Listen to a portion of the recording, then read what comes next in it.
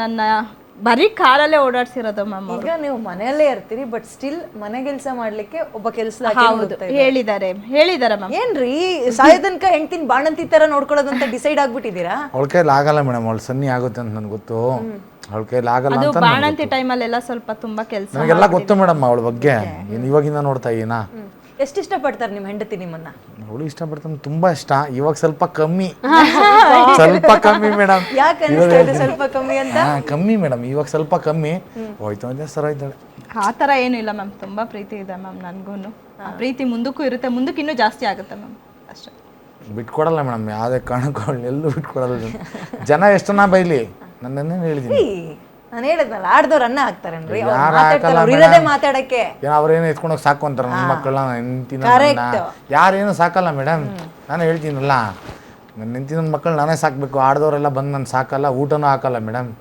ನಿಮಗೆ ಗೊತ್ತಾಗೋಗ್ಬಿಟ್ಟಿದೆ ಈ 3 ತಿಂಗಳು ಪೀರಿಯಡ್ ಅಲ್ಲಿ ನಿಮ್ಮವ್ರು ಯಾರು ಅಂತ ಗೊತ್ತಾಗಿದೆ. ನಿಮ್ ನಿಜವಾದ ಫ್ರೆಂಡ್ಸ್ ಯಾರು ಅನ್ನೋದು ಗೊತ್ತಾಗೋಗ್ಬಿಟ್ಟಿದೆ ಮೇಡಮ್. ಫ್ರೆಂಡ್ ಸರ್ಕಲ್ಗಿನ ಎಲ್ರಿಗೂ ಕತ್ರಿ ಹಾಕಿ ಬಿಸಾಕಿ ಹೇಳ್ತೀನಿ. ಫ್ರೆಂಡ್ ನನಗೆ ಇವಾಗ ಯಾರಿಲ್ಲ ಮೇಡಮ್, ನಾನು ಬಿಟ್ಬಿಟ್ಟೆ ಫ್ರೆಂಡ್ ಸರ್ಕಲ್. ಆದ್ರೆ ನಮ್ಮ ಅತ್ತೆ ಮಕ್ಕಳನ್ನ ಮಾತ್ರ ನಾನು ಯಾವುದೇ ಕಾರಣಕ್ಕೂ ಮರೆಯಲ್ಲ ಮೇಡಮ್. ಅವ್ರು ತುಂಬಾ ಚೆನ್ನಾಗಿ ನೋಡ್ಕೊಂಡಿದ್ದಾರೆ ಮ್ಯಾಮ್. ಯಾಕೆ ಸುಳ್ಳು ಬಟ್ಟೆ ಒಗ್ದು ಕೊಡೋದೇನು, ಬುದ್ಧಿ ಹೇಳಿದ್ದಾರೆ ಮ್ಯಾಮ್. ನನಗೆ ಅವಳು ಬಟ್ಟೆ ಒಗ್ದು ಕೊಡೋದೇನು, ಊಟ ಮಾಡಿಸೋದೇನು. ನನ್ನ ಮಗನ ತುಂಬಾ ಚೆನ್ನಾಗಿ ಸಾಕಿದ್ದಾರೆ, ನನ್ನೂ ಚೆನ್ನಾಗಿ ಸಾಕಿದ್ದಾರೆ. ಬಟ್ಟೆ ಎಲ್ಲ ಅವರೇ ವಾಷಿಂಗ್ ಮಿಷಿನ್ ಹಾಕಿ ಒಣಗಾಕಿ. ನಾನು ಯಾವತ್ತೂ ಯಾವುದೇ ಕಾರಣ ಬಿಟ್ಕೊಟ್ಟಿಲ್ಲ. ನಾನು ಯಾವಾಗ ಸಿಕ್ಕಿದ್ರು ಕೂಡ ಬುದ್ಧಿವಾದ ಹೇಳೋರು, ಬಂದ್ಬಿಡು ಆಗಿದ್ದಾಗೋಯ್ತು, ಯಾರು ಮಾಡ್ದಿರೋ ತಪ್ಪೇನು ನೀನು ಮಾಡಲಿಲ್ಲ, ಬಂದ್ಬಿಡು, ಮಕ್ಳಿಗೋಸ್ಕರ ಬಂದ್ಬಿಡು. ಅವ್ನು ನೋಡು ನಿನಗೆ ಗೊತ್ತು ತಾನೆ ಅವ್ನು ಹೆಂಗೆ ಅಂತ ಅಂದ್ಬಿಟ್ಟು ಒಂದು 5 ನಿಮಿಷ ಅಷ್ಟೇ ನಿನ್ನ ಮೇಲೆ ಕೋಪ, ಮತ್ತೆ ಸರಿ ಹೋಗ್ತಾನೆ. ಅವನ ಮೇಲೆ ನಿನ್ನ ಮೇಲೆ ಬೆಟ್ಟದಷ್ಟು ಆಸೆ ಇಟ್ಕೊಂಡಿದ್ದೆ, ಬೆಟ್ಟದಷ್ಟು ಪ್ರೀತಿ ಇದೆ. ಅವನ್ನ ಕಳ್ಕೊಬೇಡ, ನೀನೇನಾದರೂ ಅವ್ನು ಬಿಟ್ಟೆ ಅಂದರೆ ತುಂಬ ಅವ್ನು ಇದಾಗೋಗ್ಬಿಡ್ತಾನೆ. ಈಗಲೇ ತುಂಬ ನೋವು ತಿಂದು 3 ಡೇಸ್ ಬ್ಯಾಕು ಮ್ಯಾಮ್ ಈ ಮಾತು. ಅವರು ನಾನು ನೋಡಿ ತುಂಬ ಹತ್ರ ಮ್ಯಾಮ್, ಬಂದ್ಬಿಡು ಆಗಿದ್ದಾಗೋಯ್ತು, ನೀನು ನೋಡೋಕ್ಕಾಗ್ತಾಯಿಲ್ಲ, ಮಕ್ಳಿಗೋಸ್ಕರ ಬಾ, ಅವನ್ನ ನಾವು ಸರಿ ಮಾಡ್ತೀವಿ, ಮಕ್ಳಿಗೋಸ್ಕರ ನೀನು ಬಂದ್ಬಿಡು ಅಂದರೆ.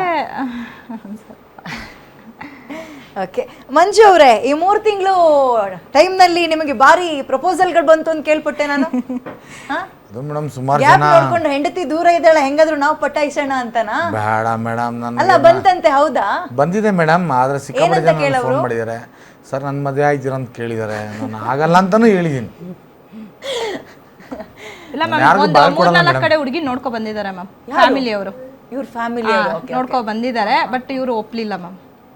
ಬೇಡ, ನಂಗೆ ಅವಳೇ ಬೇಕು, ನಾನು ಯಾವತ್ತಿದ್ರು ಸಾಯೋವರೆಗೂ ನಂಗೆ ಅವಳೇ ಬೇಕು. ಫೋರ್ಸ್ ಮಾಡಿದ್ರ ಮಂಜುವ್ರೆ ಮದುವೆ ಆಗಲಿ ಅಂತ? ಆಮೇಲೆ ನನ್ನ ಫ್ರೆಂಡ್ ಒಬ್ರು ಇದ್ದಾರೆ ಮೇಡಮ್, ರವಿ ಅಂತ, ಅಲ್ಲಿ ಇದರಲ್ಲಿ ಕೋಲಾರಲ್ಲಿ. ಅವರು ಹೇಳಿದರು, 4 ಜನ ಹುಡುಗಿರು ನೋಡಿದ್ರು ಮೇಡಮ್ ನನಗೆ. ಆನೆಕಲ್ಲಲ್ಲಿ ನೋಡಿದ್ರು, ಶಿವಣ್ಣ ಅಂತ. ಅವರು ನಾನೇ ಇಲ್ಲ, ಬೇಡ ಶಿವಣ್ಣ, ಅವಳು ಬಂದೇ ಬರ್ತಾಳೆ, ಒಂದೇ ಸಲ ಮೇಡಮ್ ಮದುವೆ ಆಗೋದಿದ್ದ. ಸುಮ್ಮನೆ ಒಂದು ಊಹೆ, ಇನ್ ಕೇಸ್ ನಿಮ್ ದುಡುಕಿ ನಿರ್ಧಾರನೇ ಮಂಜೂರು ತಗೊಂಡಿದ್ರೆ ಲೀಲಾ ಅವರೇ ಲೈಫ್ ಅಷ್ಟೇ ಮ್ಯಾಮ್, ಅಷ್ಟೇ ನನ್ನ ಲೈಫ್. ನಿಮ್ ತರ 3 ಜನ ಮಕ್ಕಳನ್ನ ಬಂದಿರೋಳು ಖಂಡಿತವಾಗ್ಲೂ ನೋಡ್ಕೊಳಲ್ಲ. ತಾಯಿ ಪ್ರೀತಿ ಯಾರು ಕೊಡಲ್ಲ ಮೇಡಮ್, ನನಗೆಲ್ಲ ಗೊತ್ತು ಮೇಡಮ್. ನನ್ನ ತಾಯಿನೇ ಇಲ್ವಲ್ಲ, ಮತ್ತೆ ಯಾರು ಕೊಡ್ತಾರೆ? ನನಗೆ ತಾಯಿ ಇದ್ರೆ ನನ್ನ ತಾಯಿ ಪ್ರೀತಿ ಕೊಡ್ತಾ ಇದ್ರು. ಈ ಮನುಷ್ಯನ ದುಡುಕಿನ ನಿರ್ಧಾರ ಅನ್ಬೋದು ಸಂಧ್ಯಾ ಮೇಡಮ್, ಬಟ್ ಆ ತಾಳ್ಮೆ ಆ ಟೈಮ್ನಲ್ಲಿ ಯಾರ್ಯಾರು ಏನೇನೋ ಕಿವಿಗೆ ತುಂಬಿದ್ದಾರೆ, ಆಗ್ಬಿಡೋ ನೀನೊಂದು ಅಂತ. ಅಂಡ್ ಅವ್ರಿಗೆ ಪ್ರೆಷರ್ ಹೆಂಗಿತ್ತು, ಮಕ್ಳನ್ನ ನೋಡ್ಕೋಬೇಕು. ಗಂಡು ಮಕ್ಳಿಗೆ ಅಡ್ಗೆ ಮನೆಗೆ ಹೋಗಿ ಮಕ್ಳನ್ನ ಸ್ಕೂಲಿಗೆ ಕಳ್ಸೋದು, ಹೊರಗಡೆ ಹೋಗಿ ದುಡಿಯೋದು ಅಷ್ಟು ಸುಲಭ ಅಲ್ಲ ನಿಭಾಯಿಸಕ್ಕೆ. ಹೆಣ್ಮಕ್ಳಿಗೆ ಹೆಣ್ಮಕ್ಳಿಗೆ ತಾಕತ್ತಿದೆ, ಹೆಣ್ಮಕ್ಳಿಗೆ ವಿಶೇಷ ಅಂದ್ರೆ ಸ್ಪೆಷಲ್ ಸ್ಥಾನ ಕೊಡೋದೇ ಅದಕ್ಕೆ. ಆಕೆ ಎಲ್ಲದನ್ನೂ ನಿಭಾಯಿಸ್ತಾಳೆ ಅಂತ. ಬಟ್ ಗಂಡ್ ಮಕ್ಳ ಕೈಲಿ ಆಗಲ್ಲ. ಇದು 5ನೇ ತಿಂಗಳು ಮೇಡಮ್, ನಾನು ಕೆಲ್ಸಕ್ಕೆ ಎಲ್ಲೂ ಹೋಗಿಲ್ಲ. ಇನ್ನು ಜೀವನ ಮತ್ತೆ ಮಾಡಿದ್ರಿ ನೀವು? ಜೀವನ ಏನಿಲ್ಲ ಮೇಡಮ್, ನನ್ನ ಕ್ಯಾಬ್ ಇದಾವೆ, ಅವರೆಲ್ಲ ಇನ್ನು ಮುಂದಕ್ಕಲ್ಲ. ಈ 5 ತಿಂಗಳು ಕೆಲಸ ಮಾಡದೆ ಹೆಂಗ್ ನಿಭಾಯಿಸಿದ್ರಿ ನೀವು, ಸಾಗಿಸಿದ್ರಿ ಜೀವನನ? ಮೇಡಮ್ ಒಬ್ಬನೇ ಮನೇಲಿ ಇರ್ತಾ ಇದ್ದೆ. ಆಮೇಲೆ ಎಲ್ಲ ನಮ್ಮ ಅತ್ತೆ ಮಗಳೆಲ್ಲ ಬುದ್ಧಿ ಹೇಳಿ ಕರೆದ್ರು, ಬಾರ ಇಲ್ಲಿಗೆ ಅಂತ. ಅವರು ಎಲ್ಲ ಸ್ವಲ್ಪ ನೋಡ್ಕೊಂಡಿದ್ದಾರೆ. ಮತ್ತೆ ಇನ್ನೊಂದು ಕಾರ್ ಇದೆ ಅಲ್ವಾ, ಡ್ರೈವರ್ ಓಡಿಸ್ತಾನಲ್ವಾ, ಅವನು ಒಂದ್ ಸ್ವಲ್ಪ ಆಗ್ತಾ ಇದ್ದ. ಅದರಿಂದ ಸ್ವಲ್ಪ ಜೀವನ ನಡೀತಾ ಇದೆ. ಬಟ್ 5 ತಿಂಗಳಲ್ಲಿ ತುಂಬಾ ಕಷ್ಟ ಬಿದ್ದಿದ್ದಾರೆ ಮ್ಯಾಮ್ ಅವರು. ಅಮ್ಮ ಏನಾದ್ರು ಮಾತಾಡ್ಸಿದ್ರ? No ma'am. ನಿಮ್ಗೆ ಏನಾದ್ರು ಹೋಗಿ ಮಾತಾಡ್ಸ್ಬೇಕು ಅನ್ನೋದಿದ್ಯಾ? ಅನ್ಸುತ್ತೆ ಮ್ಯಾಮ್, ಯಾಕನ್ಸಲ್ಲ. 11 ಇಯರ್ಸ್ ಮ್ಯಾಮ್, 11 ಇಯರ್ಸ್ ಇಂದ ಅಮ್ಮ ಮಾತಾಡ್ಲೇ ಇಲ್ಲ ಮ್ಯಾಮ್ ಯಾವತ್ತೂ. ಬಟ್ ಅಮ್ಮ ಅವ್ರಿಗೂ ಮಾನ ಮರ್ಯಾದೆ ಹೋಗಿದೆ, ಇಲ್ಲ ಅಂತಲ್ಲ. ತಲೆ ತಗ್ಸೋ ಕೆಲಸ ಮಾಡ್ಬಿಟ್ಟಿದ್ದೀನಿ.